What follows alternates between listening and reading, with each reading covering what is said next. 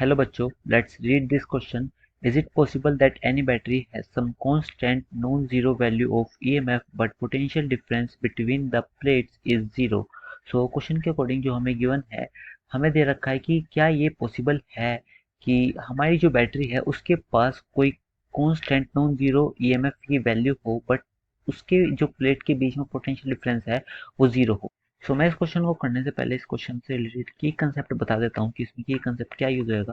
देखो ऐसे केस में क्या होता है ना कि हम मल्टीपल बैटरीज के बारे में सोचते हैं और हमें ऑप्शन में भी यही दे रखा है कि यस, जैसे बी ऑप्शन देखते हैं, yes if another identical battery is joined in series, yes if another identical battery is joined in position. मतलब कि हमें दो दो बैटरी का बात की गई है और दो से ज़्यादा भी हो सकती है, ऐसे जरूरी केस नहीं है कि दो ही बैटरी हो। तो की कंसेप्ट यही है कि इसमें हम मल्टीपल बैटरीज यूज कर सकते हैं। Multiple batteries can use in this type of question.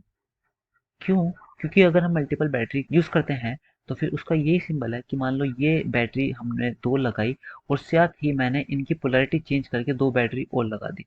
तो देखो ये जो है, अब इस केस में भी जो आपका पोटेंशियल डिफरेंस यहाँ से यहाँ तक है वही पोटेंशियल डिफरेंस यहाँ से यहाँ तक होना चाहिए।